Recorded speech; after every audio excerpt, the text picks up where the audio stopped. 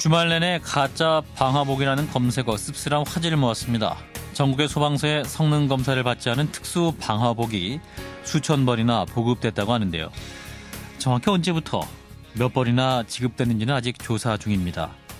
국민안전처는 예산을 긴급 투입해서 새로운 방화복을 조기 구매하기로 했지만 이미 수천 명의 소방관들 불량 방화복을 입고 불 속으로 뛰어들었던 겁니다. 가짜 방화복 논란, 현직 소방관들은 어떻게 보고 있을까요? 작년 여름 소방장갑을 사비로 구입하는 소방관들의 현실을 전해주셨던 분을 특별히 다시 모셨습니다. 오늘 화제 인터뷰는 익명과 음성 편지로 진행합니다. 소방관님 안녕하십니까? 예, 안녕하십니까? 예, 작년 5월 말에 뉴스에 나와주셨으니까 9개월 만에 다시 뵙네요. 가짜 방화복 뉴스 보시고 어떠셨어요?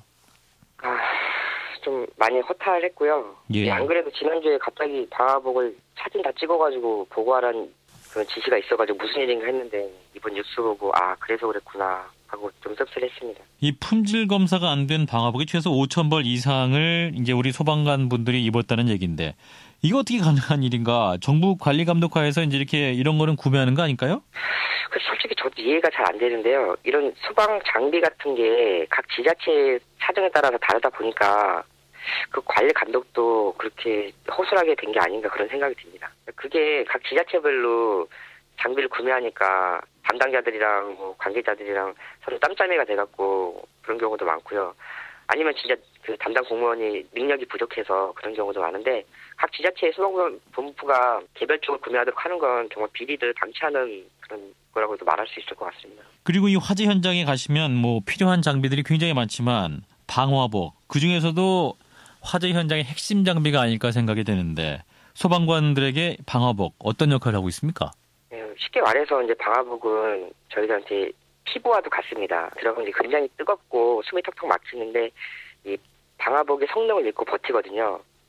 이게 뜨겁긴 하지만 설마 이게 녹는다든가 탔지는 않겠지 하고 관례적으로 이제 믿고 계속 현장에서 활동을 하는데 이게 문제가 있다면 정말 상상하기도 싫습니다. 그러니까 이 방화복 성능에 따라서 현장에서 생존 여부까지 결정된다는 그런 말씀이죠?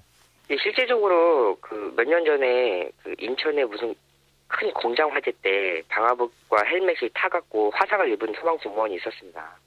실제로 방화복이 열을 견디지 못하고 타고 녹아내린 경우가 있었다?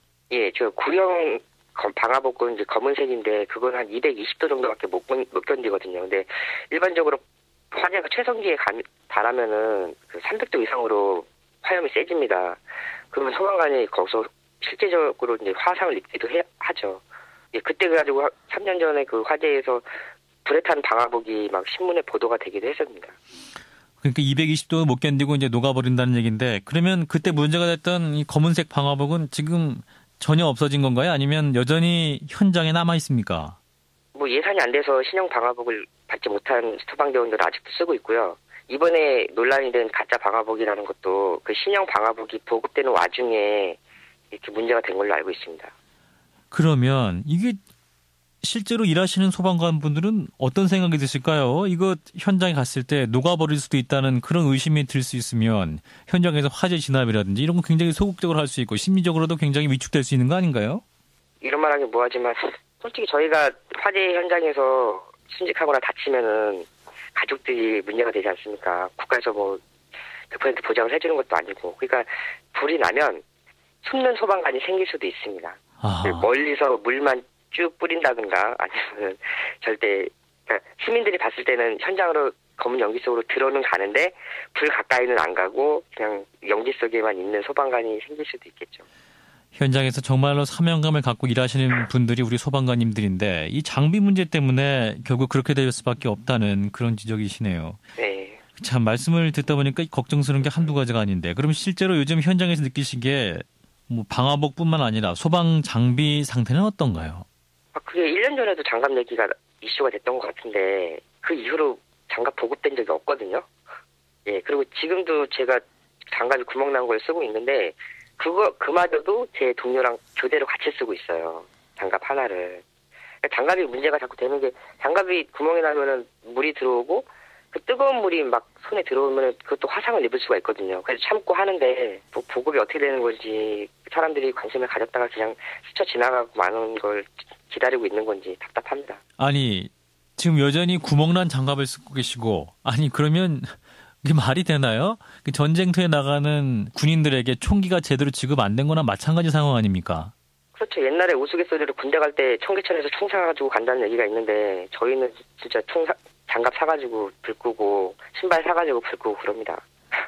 아하, 그럼 아직도 작년에 저희가 이제 한 게 9개월이 지났는데 여전히 낡은 소방 장갑 쓰고 계시고 구멍난 장갑 그대로 쓰고 계신다? 네, 똑같습니다. 여러 번 문제 제기를 하셨어도 그 문제가 해결되지 않는 거예요? 뭐 소방 장갑은 아니고 예. 일단 장갑은 주더라고요.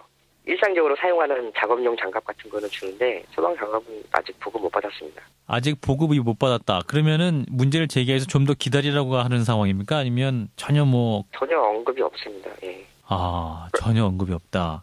아무런 반응이 없습니다. 솔직히. 그거에 대해서 저희가 어떤 해명을 들은 것도 없고 제가 누누이 말씀드리지만 소방이 수십 개, 수백 개 그런 지자체 소속으로 쪼개진 조직이다 보니까 힘이 없고요. 그리고 단일화된 어떤 목소리를 낼 수도 없고 위에서도 그렇게 큰 관심을 두진 않습니다. 왜냐하면 소방관들은 솔직히 시킨 대로 잘 하거든요. 그러니까 계속 그런가 보다 하고 냅두는 거죠. 뭐 여론이 동정을 하지만 그것도 그냥 지나가는 바람이라고 생각하는 경우가 많습니다.